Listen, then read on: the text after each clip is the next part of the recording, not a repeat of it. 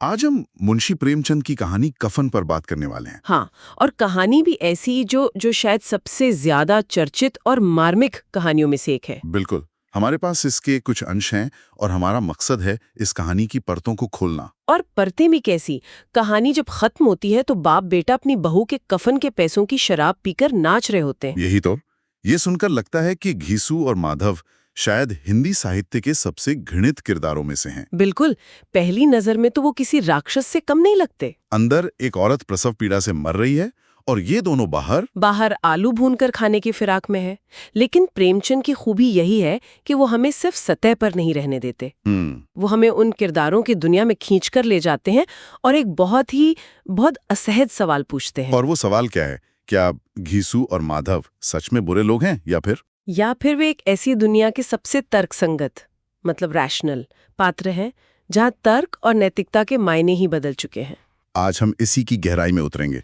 चलिए कहानी के उस शुरुआती दृश्य से शुरू करते हैं जिसने इन किरदारों को हमेशा के लिए बदनाम कर दिया। हाँ, तो जाड़े की रात है। झोपड़ी के बाहर घीसू और उसका बेटा माधव एक बुझी हुई अलाव के सामने बैठे हैं। और अंदर माधव की पत्नी बुधिया की चीखें गूंज रही हैं। और इस माहौल में घीसू कहता है, लगपा बचेगी नहीं।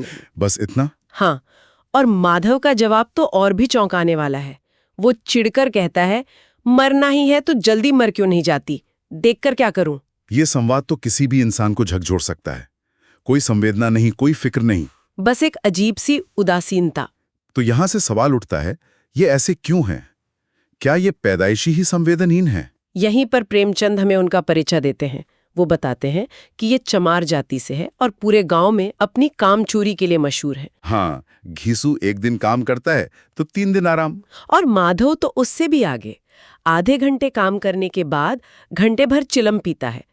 उनके लिए काम न करना ही सबसे बड़ा काम है एक तरह से। लेकिन यहाँ प्रेमचंद एक लाइन लिखते हैं जो मुझे लगता है इस पूरी कहानी की चाबी है। कौन सी? वो लिखते हैं, जिस समाज में रात दिन मेहनत करने वालों की हालत उनकी हालत से कुछ बहुत अच्छी न थी, वहां इस तरह की मनोवृत्ति का पैदा हो जाना कोई अचरज की बात न थी। हाँ, जब मैंने ये लाइन दोबारा पढ़ी तो मुझे लगा कि कहानी का पूरा सार इसी में है। आपने बिल्कुल सही नस पकड़ी है। ये उनकी कामजोरी का बचाव नहीं है, बल्कि उसका विश्लेषण है। विश्लेषण कैसे? जिसे मनोवैज्ञानिक कहते हैं लर्न्ड हेल्पलेसनेस या सीखी हुई लाचारी। अच्छा। जब किसी को बार बार ये अनुभव होता है कि उसकी मेहनत का कोई फल नहीं मिलने वाला, कि चाहे वो कितनी भी कोशिश कर ले, नतीजा गरीबी और अपमान ही होगा, तो एक समय के बाद वो कोशिश करना ही छोड़ देता है। बिल्कुल। मतलब उन्होंने इस सिस्टम को हैक कर लिया एक तरह से। हाँ, उन्होंने देख लिया कि जो लोग दिन रात खेतों में मर रहे हैं वे भी कर्ज में डूबे हैं और भूखे सो रहे हैं। तो फिर मेहनत करने का फायदा क्या है? सही बात है। इससे तो अच्छा है कि काम ही ना किया जाए और कम से कम आराम तो मिले। यही उनका अनकहा तर्क है। वे उस व्यवस्था के खिलाफ एक पैसिव रिवोल्ट कर रहे हैं। बिल्कुल। बुधिया के आने से पहले वे फाके करते थे, लकड़ी बेचकर गुजारा करते थे। बुधिया ने आकर घर में एक व्यवस्था बनाई, वो पिसकर इन दोनों का पेट भरती रही। और विडंबना देखिए, उसके आने से ये दोनों और भी ज्यादा आराम तलब हो गए और भी अक्कड़बाज। तो उनकी ये जो संवेदनहीनता है वो असल में निराशा की आखिरी हद है। हाँ, जब भविष्य से कोई उम्मीद ही ना हो तो वर्तमान के सुख दुख का भी कोई मतलब नहीं रह जाता। बुधिया की मौत उनके लिए एक भावनात्मक क्षति से ज्यादा एक असुविधा है कि अब खाना कौन बनाएगा और अब उसके अंतिम संस्कार का झंझट कौन पालेगा। मैं दुख का प्रदर्शन कहती हूँ। सुबह जब बुढ़िया मर जाती है तो दोनों जोर जोर से छाती पीट कर रोने लगते हैं। पड़ोसी आते हैं, उन्हें सांत्वना देते हैं। लेकिन क्या ये दुख असली है? मुझे हमेशा ये सवाल परेशान करता है। क्या ये महज एक सामाजिक रस्म अदायगी है, एक नाटक, या उस कठोरता के नीचे दुख की कोई असली चिंगारी भी है? ये एक बहुत ही जटिल सवाल है। मुझे लगता है कि दोनों बातें सच हैं। अच्छा। शायद एक पल के लिए उन्हें सच में दुख हुआ हो, एक इंसान के चले जाने का, लेकिन उनकी सालों की गरीबी और लाचारी की आदत ने उस भावना पर तुरंत काबू पा लिया। मतलब दुख एक लग्जरी है जो वे अफोर्ड नहीं कर सकते। बिल्कुल, उनका दुख तुरंत एक व्यवहारिक समस्या में बदल जाता है। कफन और लकड़ी के लिए पैसे कहाँ से आएंगे? हाँ, घर में तो पैसा चील के घोंसले में मांस की तरह गायब है। तो समाज के सामने रोने का नाटक भी जरूरी है, क्योंकि उसी से अगले कदम के लिए रास्ता खुलेगा, यानी पैसे मांगने का। और वो जाते हैं गांव के जमींदार के पास, जो उनसे नफरत करता है। वहां घीसू अपनी जिंदगी का शायद सबसे बेहतरीन अभिनय करता है। वो जमीन पर सिर रखकर रोते हुए एक झूठी कहानी सुनाता है। कहता है, सरकार, बड़ी विपत्ति में हूँ, माधव की घरवाली रात को गुजर गई। और ये भी कहता है कि रात भर उसके सिराने बैठे रहे, दवा दारू में जो कुछ था सब उठ लिया। जबकि हम जानते हैं कि उन्होंने एक पैसा खर्च नहीं किया। वो तो आलू खाकर सो गए थे। हाँ। और जमींदार, जो उनकी असलियत जानता है, फिर भी नफरत से ही सही 2 रुपए फेंक देता है। बनिए महाजन भी दे देते हैं, घंटे भर में 5 रुपए जमा हो जाते हैं। यहाँ समाज का किरदार भी बड़ा दिलचस्प है। कोई उन्हें पसंद नहीं करता, पर मौत के नाम पर सब मदद करते हैं।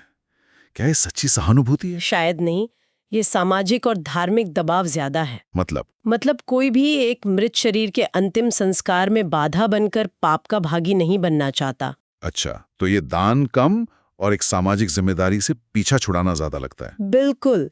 समाज ने अपना काम कर दिया, पैसे दे दिए, अब उनकी जिम्मेदारी खत्म। तो समाज ने अपना काम किया, एक रस्म को पूरा करने के लिए पैसे दे दिए। लेकिन यही कहानी एक दिलचस्प मोड़ लेती है। हाँ, क्योंकि घीसू और माधव इस पैसे को एक जिम्मेदारी के तौर पर नहीं देखते। वो इसे एक अप्रत्याशित अवसर, एक विंडफॉल गेन के रूप में देखते हैं। बिल्कुल। अब वे कफन लेने बाजार जाते हैं और रास्ते में उनकी बातचीत उनके असली इरादों की परतें खोलना शुरू कर देती है। क्या बात करते हैं वो? घीसू कहता है, कैसा बुरा रिवाज है कि जिसे जीते जी तन ढाकने को चीथड़ा भी न मिले, उसे मरने पर नया कफन चाहिए। ऐसे एक वाक्य में कितना गहरा व्यंग है ना? वो उस समाज के पाखंड पर सवाल उठा रहा है जो जिंदा इंसान की परवाह नहीं करता, पर मरने के बाद रस्मों पर जोर देता है। और माधव भी कहता है, कफन लाश के साथ जल ही तो जाता है। तो दोनों एक ही तरह से सोच रहे हैं। तो कुछ दवा दारू कर लेते। ये उनके नजरिए का सार है।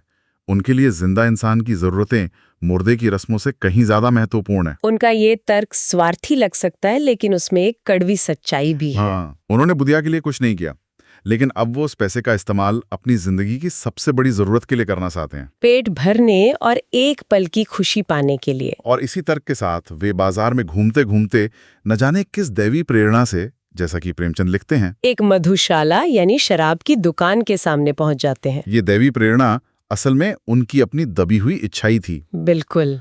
और वहां जो होता है वो कहानी का दिल है, वो दावत। हाँ। वे शराब लेते हैं, तली हुई मछली, पूड़ियाँ, चटनी, कलेजियाँ, एक ऐसी दावत करते हैं जिसकी उन्होंने शायद कभी कल्पना भी नहीं की थी। प्रेमचंद लिखते हैं कि वो ऐसे खा रहे थे जैसे जंगल में कोई शेर अपना शिकार उड़ा रहा हो। ये सिर्फ पेट भरना नहीं था, ये जीवन भर की भूख, अपमान और वंचना का एक विस्फोट था। और नशे में घीसू का दर्शन जाग उठता है। वो कहता है, कफन लगाने से क्या मिलता, आखिर जल ही तो जाता, कुछ बहू के साथ तो न जाता। और माधव इस तर्क को और आगे ले जाता है। वो कहता है, दुनिया का दस्तूर है, नहीं तो लोग ब्राह्मणों को हजारों रुपए क्यों देते हैं? कौन देखता है परलोक में मिलता है या नहीं? मतलब वे अपने काम को सही ठहराने के लिए पूरे समाज के पाखंड को अपनी ढाल बना रहे हैं। ये एक अद्भुत मनोवैज्ञानिक क्षण है। वो खुद को पापी नहीं मान रहे, वो खुद को सिस्टम का हिस्सा मान रहे हैं जहां हर कोई किसी न किसी तरह का पाखंड कर रहा है। हाँ, कि बड़े लोग धर्म के नाम पर लूटते हैं, तो उन्होंने मौत के नाम पर मिले पैसों से अपनी भूख मिटा ली, तो क्या गलत किया? और उस दावत के बीच में एक बहुत ही मार्मिक क्षण आता है। हाँ, जब माधव बची हुई पूड़ियाँ एक भिखारी को दे देता है, भरपेट खाकर। और लेखक लिखते हैं कि उसने जीवन में पहली बार देने के गौरव, आनंद और उल्लास का अनुभव किया। क्या जबरदस्त विडंबना है। ये दान उन पैसों से हो रहा है जो उसकी मृत पत्नी के कफन के लिए मिले थे। ये गौरव झूठा है, बेईमानी की नींव पर खड़ा है। लेकिन माधव के लिए वो अनुभव बिल्कुल असली है। शायद जिंदगी में पहली बार उसे लगा कि वो किसी को देने की स्थिति में है, लेने की नहीं। एक पल के लिए ही सही, उसने अपनी दीनहीन पहचान से ऊपर उठकर एक दाता होने का सुख महसूस किया। ये तो ऐसा है जैसे वो एक पल के लिए उस सामाजिक व्यवस्था को पलट रहा है जिसमें वो हमेशा सबसे नीचे रहा है। और घीसू इस पल में उसे और प्रोत्साहित करता है। वो भिखारी से कहता है, जा उसे आशीर्वाद दे। जिसने ये कमाई की है वो तो मर गई, मगर तेरा आशीर्वाद उसे जरूर पहुंचेगा। और फिर नशे में कहता है, वो बैकुंठ में जाएगी, बैकुंठ की रानी बनेगी। और फिर नशे की लहर उन्हें सामाजिक आलोचक बना देती है। घीसू कहता है, हाँ बेटा, बैकुंठ में ना जाएगी तो क्या ये मोटे मोटे लोग जाएंगे जो गरीबों को दोनों हाथों से लूटते हैं? और अपने पाप को धोने के लिए गंगा में नहाते हैं और मंदिरों में जल चढ़ाते हैं। एक नीच और बदमाश कहा जाने वाला आदमी समाज के ठेकेदारों की नैतिकता पर सवाल उठा रहा है। ये प्रेमचंद की कलम का जादू है। लेकिन नशा भावनाओं को स्थिर नहीं रहने देता। नहीं, अचानक माधव रोने लगता है। कहता है, दादा, बेचारी ने जिंदगी में बड़ा दुख भोगा, मरते मरते भी कितना दुख झेलकर मरी। शायद नशे ने उस कठोर परत को कुछ देर के लिए पिघला दिया था और दुख की असली भावना बाहर आ गई। पर घीसू, जो ज्यादा अनुभवी है, उसे तुरंत वापस अपनी दुनिया के दर्शन पर ले आता है। वो इसे समझाता है। हाँ, कहता है, क्यों रोता है बेटा? खुश होके वो माया जाल से मुक्त हो गई, जंजाल से छूट गई। बड़ी भाग्यवान थी जो इतनी जल्दी माया मोह के बंधन तोड़ दिए। उनके लिए जिंदगी एक जाल है और मौत उस जाल से मुक्ति। बिल्कुल। और फिर कहानी का वो अविस्मरणीय अंत। दोनों नाचने और गाने लगते हैं। ठगिनी क्यों नैना झमकावे ठगिनी। वे उछलते हैं, कूदते हैं, अभिनय करते हैं और आखिर में नशे में मदमस्त होकर वहीं गिर पड़ते हैं। और पीछे झोपड़ी में बुधिया की लाश कफन का इंतजार कर रही है। तो हम वापस अपने शुरुआती सवाल पर आते हैं।